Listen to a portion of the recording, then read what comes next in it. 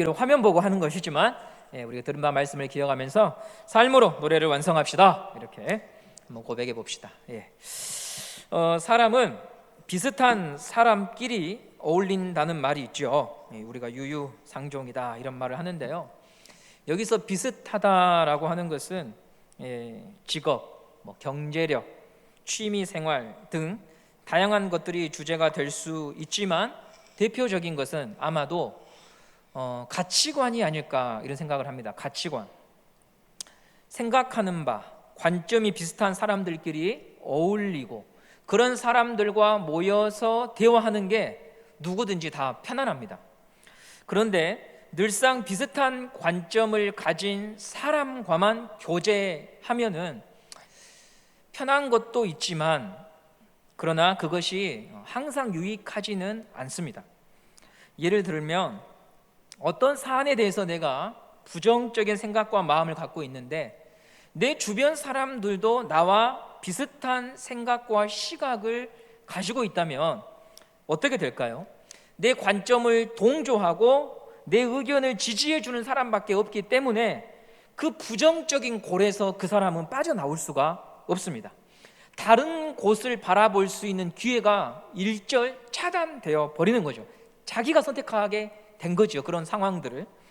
이런 현상을 사회학적 용어로 확증편향이라고 말을 합니다. 확증편향. 한쪽으로 치우친 생각을 바르게 잡아볼 기회가 없이 내가 원하고 내가 좋아하는 사람들, 나와 관점이 비슷한 사람들의 이야기만 듣다 보니까 그것이 진실인 것처럼 믿어지게 되는 현상입니다. 예를 들면 코로나 사태 속에서 정부의 방역을 어렵게 했던 것 중에 하나가 가짜 뉴스였습니다. 가짜 뉴스. 코로나 결과를 정부가 조작하고 있다, 이런 이야기를 믿는 분들이 계십니다.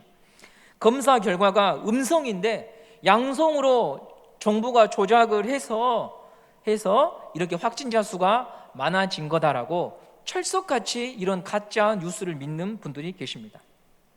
사람 사는 세상이니까 이런 말도 할 수 있고 저런 말도 할 수 있습니다. 그런데 이런 잘못된 정보를 사실인 것처럼 들려주는 뉴스만 보고 그런 언론만 보고 그런 사람과만 교제하다 보면 이것이 하나의 견고한 믿음이 되어서 모든 사안을 그렇게 보게 되는 것이죠. 이런 점들은 신앙생활에도 그대로 적용이 되는 것 같아요. 한 사람이 어떤 일에 대해서 부정적인 입장을 갖게 될 때 그 사람 혼자서 된 일은 결코 아닙니다. 주변에서 그런 나의 생각을 지지하고 동조하는 사람들의 영향을 받아서 그게 점점 더 확고한 믿음으로 자리를 잡게 되는 거예요. 또 한 사람이 신앙에 긍정적인 태도를 갖고 있다면 그 한 사람 때문에 된 것이 아니라 주변 사람들 가운데에 그에게 신앙에 대한 긍정적인 이미지와 말들을 계속해서 건네주고 교제하며 그것들이 완성되어 간다고 하는 거죠. 그러므로 내 주변에 나와 친밀한 사람이 누구인가 하면 그 사람의 인생관이 무엇이고 그 사람의 가치관이 무엇이고 그 사람의 교회관과 그 사람의 신앙관이 어떤 것인지를 알 수 있는 중요한 대목입니다. 사울의 생애를 보면서 그의 몰락을 가속시켰던 점이 하나 있는데요, 사울의 잘못된 판단과 선택에 대해서 그건 아닙니다, 다르게 생각해 보십시오라고 말해줄 사람들이 하나둘 다 떠나버리고 없게 됩니다. 그래서 좀 전에 말씀드린 확증 편향이 그를 사로잡아요. 사울에게는 다윗을 바라보는 시선이 한 가지밖에 없어요. 너가 나를 위협하니 너가 죽어야 내가 산다.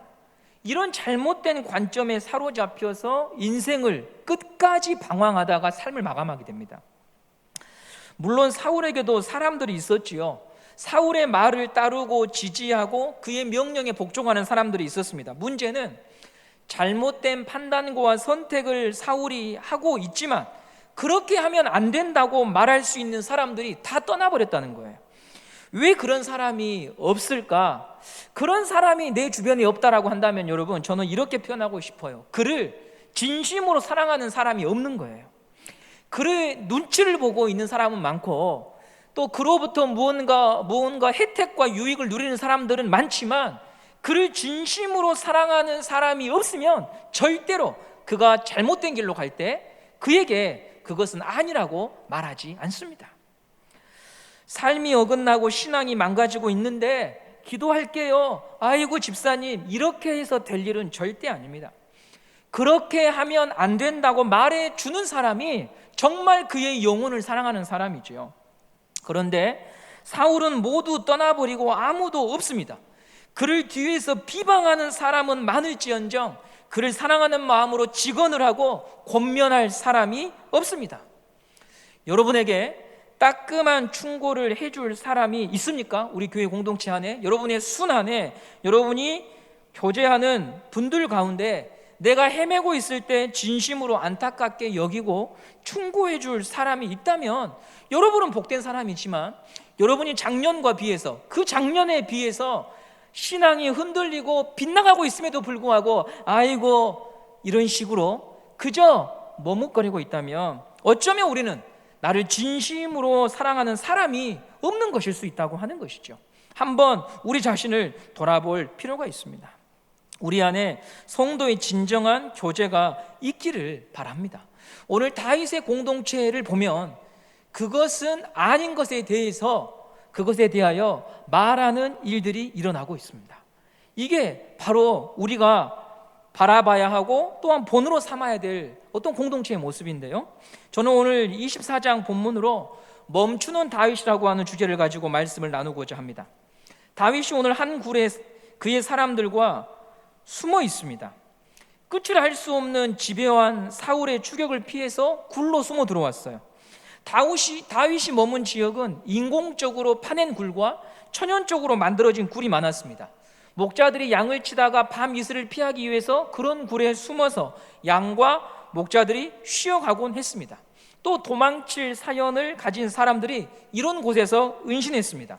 가끔 언론에서 죄를 짓고 도망치는 분들에 대한 기사를 보면 그들이 도망쳐 가는 곳이 크게 두 가지로 나뉘어집니다. 첫째, 고향에서 붙잡힙니다. 큰 일을 닥치면 마땅히 갈 데가 없으니까 고향 주변에 서성이다가 붙잡힙니다. 두 번째, 강원도로 많이 올라가십니다. 아무래도 산이 많고 인구는 적고 땅덩어리가 넓으니까 도망치기에 좋다고 여겨져서 강원도로 가셔서 많이들 잡히시더라고요. 이스라엘 사람들에게 지금 다윗이 숨어있는 광야가 그런 곳입니다. 숨으면 좀처럼 찾기 어려운 지형적인 이점이 있지요. 쫓기는 사람은 한 가지 소망이 있습니다. 언제쯤 이 생활을 끝낼 수 있을까? 언제쯤 자유를 맛볼 수 있을까? 그날을 꿈꾸며 하루하루를 버티는 것입니다. 이 모든 쫓기는 상황이 종결될 수 있는 방법은 한 가지가 있습니다. 사울이 병으로 죽든 사고로 죽든 사울이 죽어야 이 생활이 끝이 납니다. 사울이 몰락해야 돌아갈 기회가 생깁니다. 그토록 바라던 평범한 삶으로 돌아갈 수가 있지요. 이 고난이 끝날 수 있는 길은 사울의 죽음 말고는 다른 길이 없습니다. 그런데 운명의 장난 같은 일이 일어나요. 다윗이 숨어있는 굴에 사울이 자기 발로 들어온 것이죠. 오늘 본문 24장 3절 말씀을 우리 한번 같이 읽어보도록 하겠습니다. 24장 3절입니다. 시작. 길가 양에 우리의 이른즉 굴이 있는지라 사울이 뒤를 보러 들어가니라 다윗과 그의 사람들이 그 굴 깊은 곳에 있더니 사울이 다윗을 추격하다가 용변이 급해서 한 굴에 들어갔는데 그 많고 많은 굴 중에 다윗이 은신해 있는 굴로 들어가는 거예요. 소변이 매려웠으면 굴에 들어가지 않았을 거예요. 하필 그때 배가 아파서 추격을 멈추고 들어간 굴이 다윗이 있었던 굴입니다. 사울이 머문 곳은 굴이 한두 개가 있는 곳이 아닌데 여기가 거기 같고 거기가 여기 같은 곳인데 분간이 어려운 곳인데 사울과 다윗이 한 곳에서 만나게 된 것입니다. 숨어있던 사람들은 사울이 굴에 들어오는 것을 보고 숨이 멎었을 것입니다. 그리고 모두 한 가지 생각을 했을 것입니다. 24장 4절에 이렇게 말합니다. 다윗의 사람들이 이르되 보소서 여호와께서 당신에게 이르시기를 내가 원수를 너의 손에 넘기리니 내 생각에 좋은 대로 그에게 행하라 하시더니 이것이 그날이니이다 하니 다윗이 일어나서 사울의 겉옷자락을 가만히 베니라. 다윗의 사람들이 다윗에게 작은 소리로 말하는 거예요. 다윗이여, 하나님이 주신 기회입니다.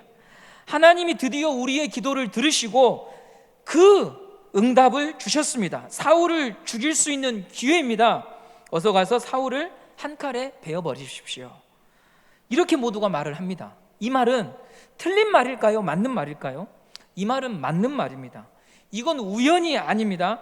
하나님이 사울을 다윗이 있는 곳에 계획적으로 밀어 넣으신 것입니다. 전쟁터에서 이런 기회를 맞는 것은 하나님이 사울을 다윗 손에 맡기셨다라고 하는 것을 말하죠. 다윗은 칼을 꺼내듭니다. 그리고 사울에게 다가갑니다. 그래서 사울의 겉옷자락을 베는데요, 아마도 용변을 보기 위해서 두르고 있었던 이 두루마기를 한쪽에다가 벗어놨는데 다윗이 칼로 그 옷을 한쪽 일부를 잘라낸 것 같습니다. 이것은 다윗의 마음이 표현된 장면입니다. 그도 사울을 해치고 싶었습니다. 다윗은 사울을 해칠 만한 명분도 있습니다. 계속된 폭정, 하나님께 폐위된 자이기 때문에 다윗은 뵐 수 있었습니다. 그런데 다윗이 그 길로 가지 않고 멈춰섭니다. 그리고 칼을 집어넣습니다. 이 장면을 한번 머릿속으로 그려보십시오. 다윗이 칼을 빼들었을 때 다윗의 뒤에 있던 사람들이 다 숨을 죽이며 보고 있었을 것입니다. 다윗의 움직임 하나하나를 큰 눈으로 보고 있습니다. 그런데 사울을 해치지 않고 옷자락 베는 모습을 보고 얼마나 당황했을까요? 뭐냐 이거, 지금 뭐 하는 거지? 수군수군 됐을 것입니다. 보다 못해 내가 죽이겠다고 나서는 사람들이 등장합니다. 다윗이 못하면 내가 죽이겠습니다. 제가 단칼에 죽이겠습니다. 흥분한 사람들이 일어납니다. 그때 다윗이 24장 6절과 7절에 이렇게 말합니다. 자기 사람들에게 이르되 내가 손을 들어 여호와의 기름 부음을 받은 내 주를 치는 것은 여호와께서 금하시는 것이니 그는 여호와의 기름 부음을 받은 자가 됨이니라. 다윗이 이 말로 자기 사람들을 금하여 사울을 해하지 못하게 하니라. 7절에 금하여라고 하는 말은 원어상 꾸짖다, 호통을 치다라고 하는 의미입니다. 사울을 죽이지 않은 것에 대해 사람들이 강하게 반발을 하자 다윗도 엄하게 명령을 내립니다. 누구도 사울을 해칠 수 없다라고 말하는 것이죠. 다시 올 수 없는 좋은 기회인데 다윗이 멈춰버립니다. 그리고 이 다윗의 멈춤은 한 가지 다윗 안에서 큰 변화를 가져오는데요, 그것은 뭐냐면 그의 인생을 한 단계 더 높은 차원으로 끌어올리는데요, 지금까지 그는 자기 생명을 보존해야 되는 처지에 있었습니다. 그게 삶의 목적이었습니다. 죽지 않고 사는 것, 그게 목적이에요. 그러나 오늘 동굴에서 사울을 해할 수 있으나 그 선택을 멈춤으로 원수의 생명까지도 지키고 보존해 주는 자로 그가 성장하게 됩니다. 자기 목숨을 부지하기 위해서 쫓겨다니던 신세에서 그가 사울을 죽일 수 있는 기회를 멈춤으로 말미암아 원수의 생명까지도 지키고 보존해 주는 한 사람이 된 것이죠. 멈춤을 통해서 하나님이 원하시는 왕이 된 거예요. 멈춤을 통해서 하나님이 바라시는 사람이 되어가고 있는 거예요. 세상의 관점에서는 다윗의 멈춤을 이해할 수 없어요. 왜냐하면 우리가 사는 세상은 속도가 실력이기 때문에 그래요. 속도가. 한국 사람들은 아이들을 낳으면 몇 살에 한글을 뗐냐 이것으로 자기 아이의 우수함을 평가해요. 차이가 많아봐야 3살, 4살 터울이 되면 다 한글을 읽게 될 것인데 우리는 그것을 참지 못하고 천자문을 언제 뗐다, 구구단을 언제 외웠다, 한글을 언제 뗐다, 이런 것으로 아이를 평가하죠. 초등학교 때 중학교 과정을 선에 학습하면 똑똑한 자녀라고 인정을 받는 거예요. 취업을 되도록 빨리 해야 밥값하는 사람으로 취급을 받아요. 그래서 남들은 다 치고 나갈 때 멈춰있는 사람들을요 아주 이상하게 봐요. 째려보지요. 뭔가 부족한가 보다, 그런 눈으로 봅니다. 그래서 자녀를 더 재촉하고 나를 재촉하고 살아가요. 교회도 크게 다르지 않은 것 같아요. 그래서 재수하면은 교회 못 나오고 취업 못하면 교회 못 나오고 암암리에 그렇게 세상들이 돌아가고 있는 거예요. 그러나 여러분, 한번 우리 생각해 봅시다. 결혼 빨리 한 사람들한테 성공했다고 말합니까? 그런 말 하지 않아요. 목사 안수 빨리 받았다고 좋은 목사라고 말합니까? 실력 있는 목사라고 말합니까? 그런 말 하지 않습니다. 사람들은 그런데 참 이상해요. 남들한테는 잘 적용하는데 자기한테는 적용을 못해요. 자기 자녀들한테는 적용을 못해요. 공무원이 빨리 되는 것이 중요한 것이 아니라 사람이 되는 게 먼저 중요한 거예요. 가끔씩 이런 걸 봐요. 동사무소 가서 업무를 보다가 어떤 시민이 공무원들이 실수를 하면, 언짢게 하면 니들이 누구 돈으로 월급 받고 사는 줄 알아, 이러면서 여러분 큰 소리 치시는 어르신들이 있어요. 근데 여러분, 그런 분들이 집에 가면은요, 또 자식들한테 공무원 편하다고, 공무원 공부해서 공무원 하라고 이런 말을 한다는 거죠. 저도 어른이지만 도대체 잘 이해가 안 돼요. 편하게 살려면 공부해서 공무원 하라고 말해놓고 자기가 보기에 편하게 지내는 공무원들을 보면 니들이 누구 돈으로 그렇게 먹고 사는지 아냐면서 따지듯이 묻는 이 세상, 좀 이상하지 않습니까? 하나님 밖에 있는 사람들은 그럴 수 있어요. 왜냐? 내가 잘 살고 내가 배부르는 것이 제일 중요하니까. 그런데 신자들이 이런 동일한 사고방식을 갖고 산다면 세상은 소망이 없겠죠. 중요한 것은 속도가 아니에요. 왕이 몇 살 때 되었느냐가 본질이 아니에요. 성경은 계속 이걸 물어요. 그가 어떤 왕인가? 하나님 앞에서 어떤 왕이냐? 이걸 묻는 거죠. 다윗은 지금 자기 앞에 있는 사울의 목을 베면 왕이 됩니다. 쉬운 길이 있어요. 빠른 길이 있어요. 그 길을 갈 수 있어요. 만일 칼을 뽑아 들어서 사울의 목숨을 빼앗게 되면 어떻게 될까요? 왕이 되지요. 그 왕이 되는데 어떤 왕이냐? 사울과 똑같은 왕이 되는 거예요. 다윗도 왕자에 앉아서 급한 일이 생길 때마다 매번 그런 길을 가겠죠.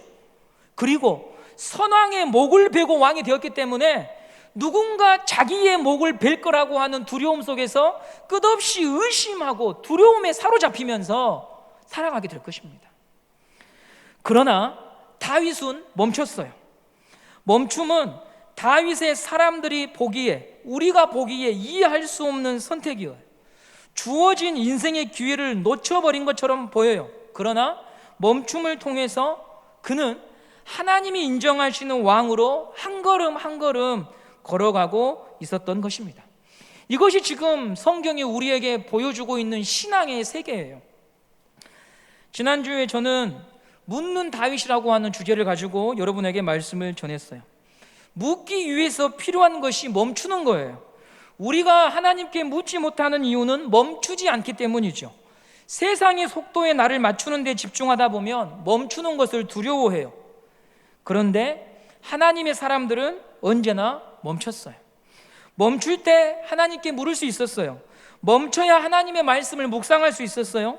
멈춰야 하나님을 생각하고 깊이 교제할 수 있었습니다. 드라마 보는 것을 잠시 멈춰야 되고, 돈 생각에 골몰해 있는 것을 멈춰야 됩니다. 사람의 말을 곱씹고 곱씹는 것을 멈춰야 하나님과 교제할 수가 있지요. 하고 싶은 말이 있지만 상대를 코너로 몰 수 있는 그런 소스들이 나한테 있지만 그것을 멈출 때 하나님의 일하심을 보는 것이지, 내가 다 말해버리고 나면 하나님이 일하시는 것을 볼 수가 없어요. 이런 경험들 해보신 적 있을 거예요. 그때 내가 참고 말하지 않기를 잘했지. 그때 내가 할 말이 많았지만 멈추고 피하기를 잘했지. 뿔딱지가 나고 속이 뒤집혔지만 할 말을 할 수 있었지만 멈추고 그 자리를 피했는데 시간을 지내놓고 보니까 멈추기를 참 잘했어. 그런 생각이 들 때가 있을 거예요. 우리는 멈추는 훈련이 필요해요. 멈춤을 통해서 한층 더 성숙한 사람이 될 수 있고 하나님의 마음을 닮은 사람으로 걸어갈 수가 있습니다. 멈출 줄 아는 자가 예수를 닮은 사람입니다. 예수님도 멈추셨기 때문에 한적한 곳에서 기도하실 수가 있었던 것입니다. 청년부 리더들과 성서 유니온에서 주관하는 묵상 강좌를 온라인으로 듣는 가운데 광주 지부를 담당하는 이상범 목사님께서 이런 시를 소개해 주더라고요. 백무산 시인이 쓴 정지의 힘이라고 하는 시가 있습니다. 그 시를 한번 읽어 드릴게요. 기차를 세우는 힘, 그 힘으로 기차는 달린다. 시간을 멈추는 힘, 그 힘으로 우리는 미래로 간다. 무엇을 하지 않을 자유, 그로 인해 무엇을 해야 할 것인가를 안다. 무엇이 되지 않을 자유, 그 힘으로 나는 내가 된다. 세상을 멈추는 힘, 그 힘으로 우리는 달린다. 정지에 이르렀을 때 우리는 달리는 이유를 안다. 씨앗처럼 정지하라. 꽃은 멈춤의 힘으로 피어난다. 이 시에서 제게 와닿은 소절이 끝에서 두 번째 소절입니다. 우리는 정지했을 때 달리는 이유를 안다. 정지에 이르렀을 때 우리는 달리는 이유를 안다. 멈춤을 통해서 생각할 수 있어요. 무작정 달려왔는데 멈춤을 통해서 내가 어디로 가고 있는지, 무엇 때문에 지금 이렇게 애쓰는지 살필 수가 있습니다. 멈춤은 포기가 아닙니다. 멈춤은 실패가 아닙니다. 오히려 하나님이 사용하시기에 더 나은 인격과 성품과 훈련을 받을 수 있는 그런 시간들입니다. 그러므로 멈추는 훈련을 해야 됩니다. 감정이 치고 올라갈 때 멈춰야 하고요, 쉬운 길이라고 내달리기보다는 멈추고 묻는 시간을 가져야 합니다. 할 말이 많을 때 잠시 멈춰야 합니다. 어르신들이 이런 말씀 자주 하십니다. 급하면 손해 봅니다. 맞습니다. 급하면 실수하죠. 잠시 멈춰서 생각하고 살피는 것이 인생의 지혜입니다. 마지막으로 드리고 싶은 말씀은, 무엇이 다윗으로 하여금 그러면 멈출 수 있도록 한 것일까? 멈추고 싶은데 우리에게 힘이 없거든요. 무엇이 다윗으로 하여금 정말 인생의 좋은 기회 앞에서도 멈출 수 있는 자로 서게 했을까? 이것이 마지막으로 저와 여러분이 한번 살펴볼 주제인데요, 오늘 본문 사무엘상 24장 15절에 그 답이 숨겨져 있습니다. 24장 15절에 이렇게 말합니다. 그런즉 여호와께서 재판장이 되어 나와 왕 사이에 심판하사 나의 사정을 살펴 억울함을 풀어주시고 나를 왕의 손에서 건지시기를 원하나이다 하니라. 그런즉 여호와께서 재판장이 되었다. 다윗이 멈출 수 있었던 것은 모든 일의 최종 결정권자가 하나님이라고 하는 사실을 그가 진실로 믿었습니다. 그냥 될 대로 되라 하고 현실을 도피한 것이 아닙니다. 갈 수 있는 길이지만 그가 멈춰선 이유는 그 칙칙한 동굴 안에서도 하나님이 지금 이 상황을 알고 계시고 보고 계신다고 하는 믿음, 내 삶의 최종 결정권자는 하나님이라고 하는 믿음이 있었기 때문에 그가 멈출 수 있었던 것입니다. 세상은 뺏어서라도 내 것으로 삼으면 인정을 해줍니다. 그런데 신앙의 세계는 다릅니다. 그것을 감당할 사람으로 준비가 되면 하나님이 그것을 주신다는 것입니다. 나의 삶이 사울에게 달려있지 않고 하나님이 최종 결정권자다, 그 믿음을 다윗이 붙잡을 때 그는 속도에 미친 세상에 자기를 맡기지 않고 멈출 수가 있었던 것입니다. 우리에게 이 믿음이 필요합니다. 다른 집 자녀 비싼 학원 보낸다고 그거 쫓아가다가 자녀들 망칩니다. 모든 사람들이 옆에서 주식 투자한다고 그걸로 돈 번다고 그거 쫓아가다가 가정이 깨집니다. 돈을 벌 수 있을지 모르겠지만 자녀를 잃고 신앙도 잃고 배우자를 잃을 수도 있는 것입니다. 먼저 하나님이 우리에게 말씀하시는 것은, 먼저 너희들은 믿음을 가져라. 너의 삶의 최종 결정권자가 나라고 하는 믿음을 가져라. 동굴에서 벗어나는 것을 꿈꾸기보다 이 동굴 안에 있는 삶도 나의 섭리와 주권과 계획 속에 있다고 하는 것을 너가 믿고 나를 바라보라고 하나님이 말씀하십니다. 가정도 자녀도 건강도 하나님이 주셔야 내 것이 되는 것입니다. 억지로 빼앗고 취하는 자로 사는 사울의 삶이 아니라 하나님이 내 것은 내 몫으로 반드시 주신다, 내 그릇이 준비되면 이 믿음을 가지고 살아야 우리가 구차하게 살지 않을 수 있는 것입니다. 오늘 이 말씀을 통해서 주여 제게 믿음을 주십시오. 제가 제 것도 아닌 것을 억지로 빼앗아서 그것으로 치부하는 인생이 아니라 제 그릇이 준비가 되면 하나님께서 제 몫을 반드시 주실 분임을 제가 믿고 살아가는 자가 되기 원합니다. 이런 고백이 우리의 고백이 되기를 바랍니다. 그리고 이 세상이 속도에 자기를 맡기고 속도로 모든 것을 평가할 때 교회만큼은 속도보다 그 안에 본질이 있다고 하는 것을 가르쳐주고 그 속도의 경쟁에서 뒤떨어진 자들을 끌어안고 함께 갈 수 있는 마지막 이 땅의 공간이 될 수 있도록 우리가 복음으로 사는 자가 되어야 할 것입니다. 여호와 하나님이 재판장이라고 하는 것, 하나님만이 우리의 최종 결정권자라고 하는 것, 그것을 오늘 하루도 다시 고백하고 우리 자녀를 보면서도 고백하고 우리 가정을 보면서 다시 고백하고 이 사회를 보면서도 하나님 앞에 고백할 수 있는 시간이 되기를 간절히 소망합니다.